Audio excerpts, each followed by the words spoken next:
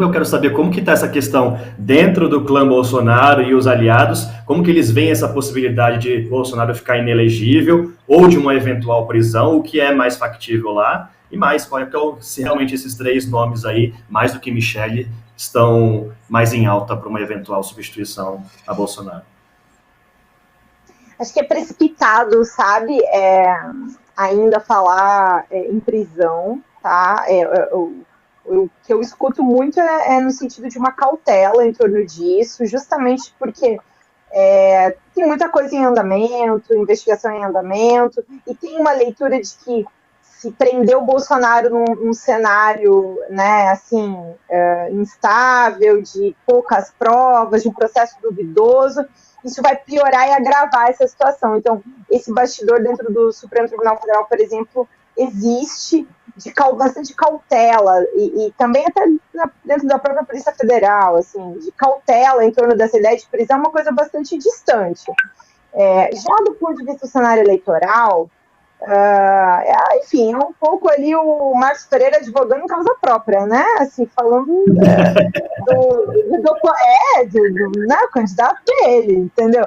Agora, quando pega o conjunto de partidos, estes nomes que a Denise falou são alguns dos nomes mais fortes que são citados ali no conjunto dos partidos, né?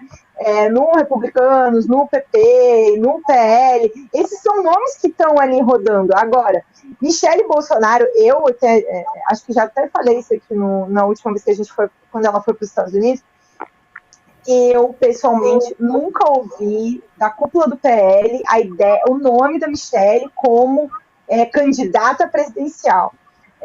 Ouvi, sim, com uma tentativa, assim, dentro do legislativo, mas, sobretudo, a possibilidade de tentar preparar ela para o governo do Distrito Federal. Isso me foi relatado diretamente. Como candidata presidencial, a mim nunca foi relatado. Agora, ela não vai ser candidata sem, assim, eu por tudo que eu conheço do Bolsonaro, tá? E dos filhos do Bolsonaro, da história do Bolsonaro com suas mulheres, antes dela, que também tentaram ter trajetória na política, eu diria que é quase impossível pensar que a Michele vá, junto com o Bolsonaro, disputar ela candidata a presidente. Tá? Bolsonaro criou, se divorciou da primeira mulher, não queria nem que ela continuasse com o sobrenome Bolsonaro. Também é uma briga gigantesca com a segunda. A Michele anda muito, né, assim, na linha dele. Então, por exemplo, ela estava despontando, ele já incomodou os filhos. A volta dela sem o Bolsonaro nesses últimos 3 meses. Os filhos, no bastidor, prometem guerra à madrasta se ela inventar de querer seguir uma carreira política. Então, assim, eu não vejo concretamente um cenário em que a Michele vai virar candidata a presidente. Primeiro porque a família Bolsonaro não quer, sabe? O Bolsonaro, inclusive, falou isso, né? Na semana, agora, quando ele voltou dos Estados Unidos, uma das coisas que ele disse que Michele não será candidata, Michele não vai viajar o país sem ele. Então, é ali, né? É linha curta ali, sabe? Então, eu não vejo cenário da Michele, a menos que ela tome a vida dela de volta para ela e resolva criar uma carreira já daí independente, em que até o próprio casamento entre em xeque. Estou curioso para saber como estão as vendas dos produtos de maquiagem da Michele e do Agostinho, para ver se realmente, né, esse plano aí está funcionando, se é mais factível do que essa possível candidatura à presidência. Você sabe, Ju? Vai por alto aqui. Não sei das vendas. Comprou? Tem muita coisa para apurar, essa aí vai passar. Denise, comprou? Hã? Você comprou os produtos da Michele? Não, eu não sei nem que produto é esse. Eu sei que ela estava lá fazendo propaganda e tal, né? Mas esse negócio da Michele, como a Juliana falou, não é. O que eu tenho ouvido dentro do PL é o seguinte: não é para ela ser a candidata, mas ela consegue atrair filiadas para o partido. E é isso que eles querem para poder fazer ali, tentar ampliar o fundo eleitoral.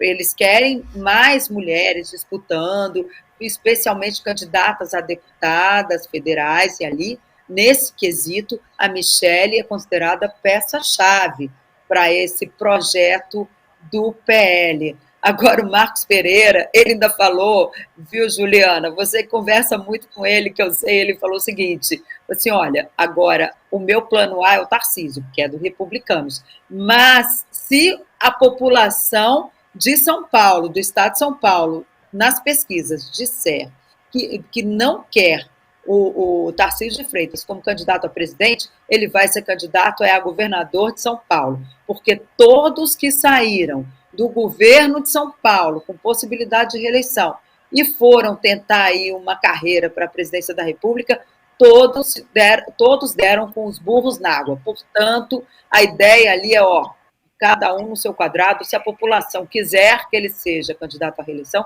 é para isso que ele vai, Daniel. E vamos lembrar que Marcos Pereira está também naquele grupão novo na Câmara dos Deputados, né, com União Brasil, com o PSD, justamente fazendo frente ao protagonismo de Arthur Lira, então está dando uma dor de cabeça ali para Arthur Lira. Bosco, quero te ouvir sobre essa figura Marcos Pereira, que inclusive está mais convidado para participar com a gente aqui também do My News, que a gente tem muita pergunta para ele, né, Bosco?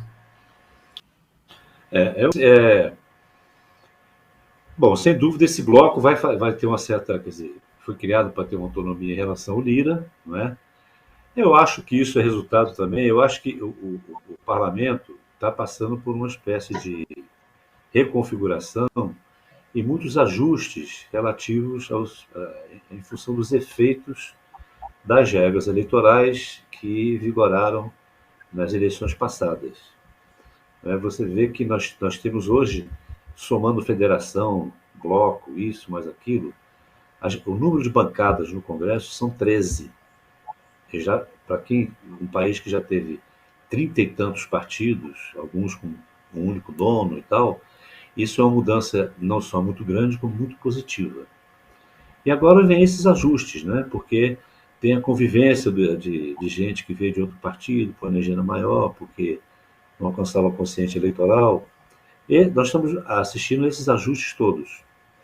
E o Lira acumulou muito poder durante a pandemia, em função também de encarnar uma meta corporativa do Legislativo, de se tornar mais forte politicamente, mais impositivo, com a iniciativa da pauta política, com o orçamento sob controle. Então, esse acúmulo de poder, em algum momento, ele ia, por se tratar de superpoderes, ele iria se desidratar um pouco. E isso é natural, mas o fato é que ele está menos forte agora, e esse bloco que nasceu aí com o Marco Pereira, Republicanos, MDB, etc., é a materialização disso. Eu até, depois a Juliana e a Denise talvez possam falar melhor, mas eu até ouvi uma fofoca de que as relações do Marco Pereira com o Lira ficaram um pouco arranhadas. Não sei se isso está no pacote de intrigas, mas faz algum sentido, né? Agora eu também queria falei falar, que hoje era bomba. A Juliana tem razão, né, galera? Só para lembrar aqui da questão do Anderson Torres, né? Do Anderson Torres, não, do Mauro Cid, ela tem razão, porque uma carreira militar, para um oficial graduado de patente alta, como é o caso dele, o mais importante é a carreira militar, e o jogo mudou. Então é muito provável que ele, se ficar no dilema de não entregar ou não deixar em má posição o ex-chefe e cuidar da carreira dele, eu acho que ele vai cuidar da carreira dele, né? Também acho que essa questão do PL, o PL hoje está trabalhando com horizonte de curto prazo, que é a eleição municipal, né? Então, com o Bolsonaro fora e com a perspectiva de inelegibilidade dele, o partido se preparou, botou a Michelle em cena para ocupar também espaço ali, né? Mas sabendo que há candidatos que vão, lideranças que surgirão aí, ou se consolidarão na ausência, na circunstância de inelegibilidade do Bolsonaro.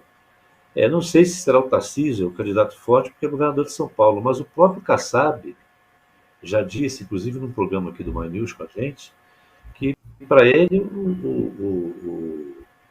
o Tarcísio é candidato à reeleição em São Paulo, né? Então, era só para arredondar um pouco o que foi falado, mas eu penso isso aí.